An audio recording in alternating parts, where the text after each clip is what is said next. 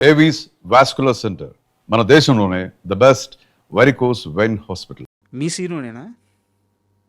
మీ త్రివిక్రమ్ శ్రీనివాసేనా? నిజంగా మీ త్రివిక్రమ్ శ్రీనివాసేనా? ఆబ్వియస్గా మేము మంచి ఫ్రెండ్స్, బెస్ట్ ఫ్రెండ్స్. బయట ఎవరు నమ్మట్లేదు సార్. నమ్మకపోతే నాకేం పోయింది? బయట వాళ్ళ కోసం మనం ఎందుకు బతకాలబ్బా? ఎవరు నమ్ముతారో ఎవరు నమ్మరో నాకెందుకు? సీన్ నమ్మితే చాలు, నేను నమ్మితే చాలు.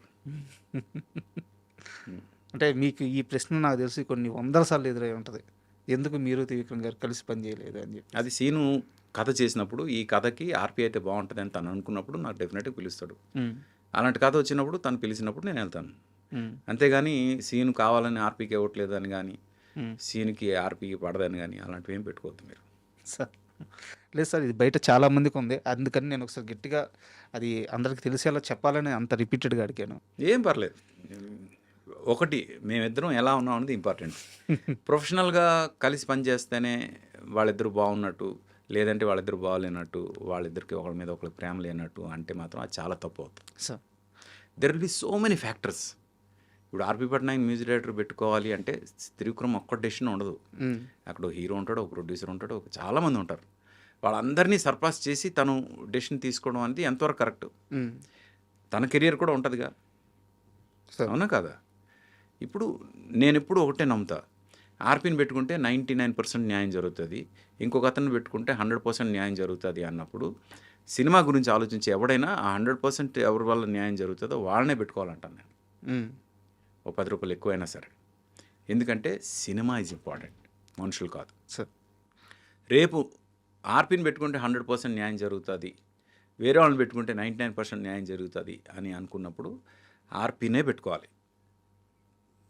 ఎందుకంటే ఆర్పీ వల్ల 100% న్యాయం జరుగుతుంది. అక్కడ సినిమా ఇంపార్టెంట్, మనిషి కాదు. ఈ ఒక్క సీక్రెట్ నేను ఎప్పుడు నమ్ముతాను. కాబట్టి ఇప్పటివరకు నేను ఎప్పుడు కూడా ఎవరి దగ్గరికి వెళ్ళి మీ సినిమాలో నేను మ్యూజిక్ చేస్తానని వెళ్ళలేదు సార్. 2002వ సంవత్సరంలో నిద్రపోయారా, తిన్నారా, రెస్ట్ ఉండిందా? మార్నింగ్ 4కి ఇంటికి వెళ్ళి మళ్ళీ 7కి వెనక్కి వచ్చేసి రికార్డింగ్లు చేసేవాళ్ళం. ఏదైనా వర్క్ అంటే నేను ఇన్వాల్వ్ కాని వర్క్ ఏమైనా, టెక్నికల్ వర్క్ ఏమైనా జరుగుతుంటే స్టూడియోలోనే నిద్రపోవడం, ఇలాంటివి కూడా ఉన్నాయి. ఎన్ని సినిమాలు చేస్తారు సార్ ఒక 2002లోనే? అది నాకు నేను లెక్క పెట్టలేదు ఇప్పటివరకు. నేను ఎన్ని సినిమాలు చేశాను నాకు తెలియదు. నేను ఇప్పటివరకు ఏమీ లెక్క పెట్టలేదు. 2002 వికీపీడియా ఓపెన్ చేసి లెక్కేస్తుంటే వస్తూ ఉన్నాయి. ఒక 16-15 వచ్చిన తర్వాత ఇంక లెక్కేసే ఓపిక లేక ఆగిపోయాను నేను. అవునా? ఏమో మరి. అంటే నేను ఫ్రాంక్గా నేను అన్ని హిట్లే. అదే నేను లెక్క పెట్టలేదు ఎప్పుడు. కొన్ని అయితే చాలా ప్రౌడ్ మూమెంట్స్ ఉన్నాయి. మ్యూజిక్ వరల్డ్ అని బంజారాహిల్స్ రోడ్ నెంబర్ 1లో ఉండేది. వాళ్ళు చార్ట్ బస్టర్స్ పెట్టేవాళ్ళు. టాప్ 10 చార్ట్ బస్టర్స్ పెడతారు. క్యాసెట్లు ఎలా సీరియల్ పెడతారు, 1, 2, 3, 4 ఎవ్రీ వీక్ కంపల్సరీ మేము వెళ్ళి చూసేవాళ్ళం. అదొక్కటే మాకు ఆట విడుపు. స్టూడియో బయటకు రావడం అంటే అదొకటే, వచ్చి ఆ చార్ట్ బస్టర్స్లో ఏమి ఉన్నాయని చూసుకోవడం అన్నమాట. అలాగా ఒక particular week first, second, third 3 నావే ఉన్నాయి. ఓకే. అది ఏ సంవత్సరం ఏ సినిమాలు గుర్తులేదు కానీ, బట్ అది one of the best moments. సంతోషం సినిమా రిలీజ్ అయ్యే ముందు నేను ఈ ఓడు వాడొచ్చో లేదో తెలియదు కానీ నాగార్జున గారికి హిట్స్ లేవు. చాలా రోజుల నుంచి హిట్ లేదు నాగార్జున గారికి. సంతోషం మ్యూజికల్ హిట్. అంటే అద్భుతమైన, చాలా సున్నితమైన కథ ఉంటుంది, అద్భుతమైన స్క్రీన్ ప్లే ఉంటుంది, బట్ పాటలు అద్భుతంగా ఉంటాయి. ఆ పాటలు విన్న తర్వాత నాగార్జున గారు మీతో ఏమన్నారు? ఎన్నాళ్ళు ఎక్కడికి వెళ్ళిపోయారు అన్నట్టు ఫస్ట్ క్వశ్చన్ ఆయన అడిగింది. So much to say that I love you song recording అప్పుడు ఆయన స్టూడియోకి వచ్చారు. వచ్చి విని ఎన్నాళ్ళు ఎక్కడికి వెళ్ళిపోయారు మీరు అన్నారు. అదేంటి అప్పటికే మీరు చాలా పెద్ద హిట్లు. అవును, అంటే మన ఇద్దరం ఎందుకు కలిసి పని చేయలేదనే ఫీలింగ్ వచ్చిందేమో ఆయనకి. ఆ క్వశ్చన్ అడిగారు.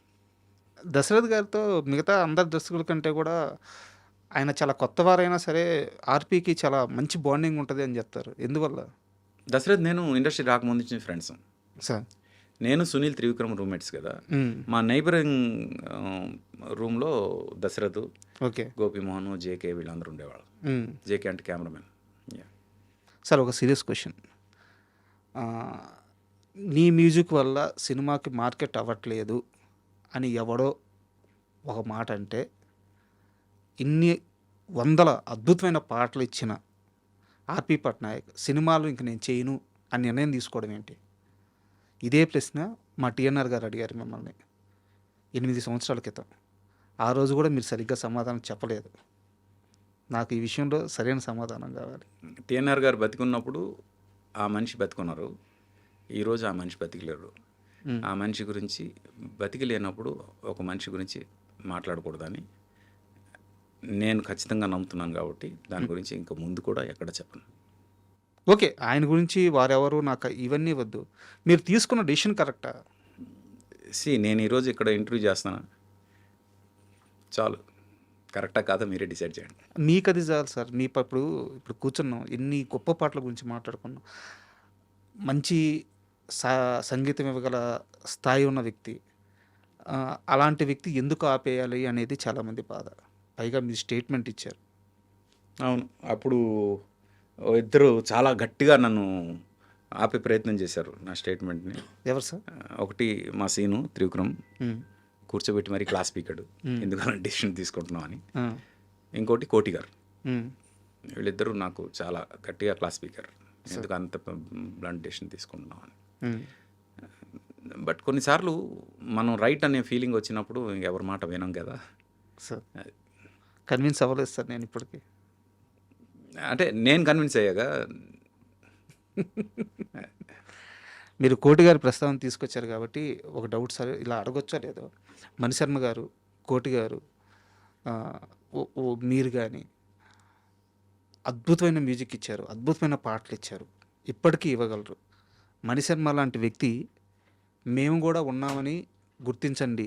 కోటి గారు లాంటి వ్యక్తి మంచి సంగీతం ఇవ్వడానికి రెడీ, వచ్చేది ఎవరు, తీసుకునేది ఎవరు? ఇలాంటి స్టేట్మెంట్ ఇవ్వాల్సిన పరిస్థితి వచ్చింది. ఏమవుతుంది ఇండస్ట్రీలో? వాళ్ళ పాటలు చూస్తే అద్భుతమైన పాటలు ఉన్నాయి, వాళ్ళ ట్రాక్ చూస్తే అదొక రికార్డు.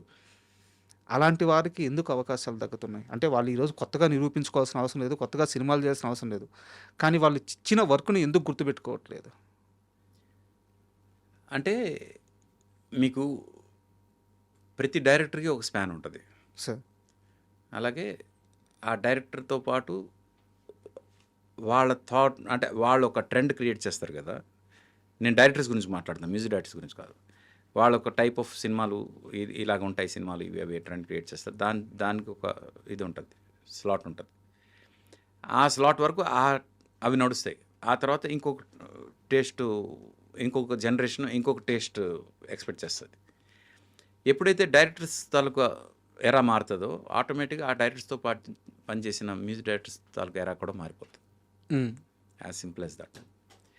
అందుకు ఇప్పుడు ఎవరైతే ఫుల్ హైలో ఉన్నారో వీళ్ళే ఇంకొక 10 ఏళ్ళ తర్వాత కంటిన్యూ అవుతారని గ్యారంటీ లేదు.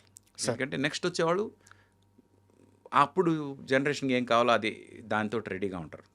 అయితే ఆల్రెడీ వెళ్ళిపోయిన వాళ్ళు ఇప్పుడున్న జనరేషన్కి ఏమి ఇవ్వలేరా అంటే, ఇవ్వగలరా లేదో టెస్ట్ చేసే ధైర్యం ఎవరికీ లేదు. Correct words. అది జరగట్లేదు.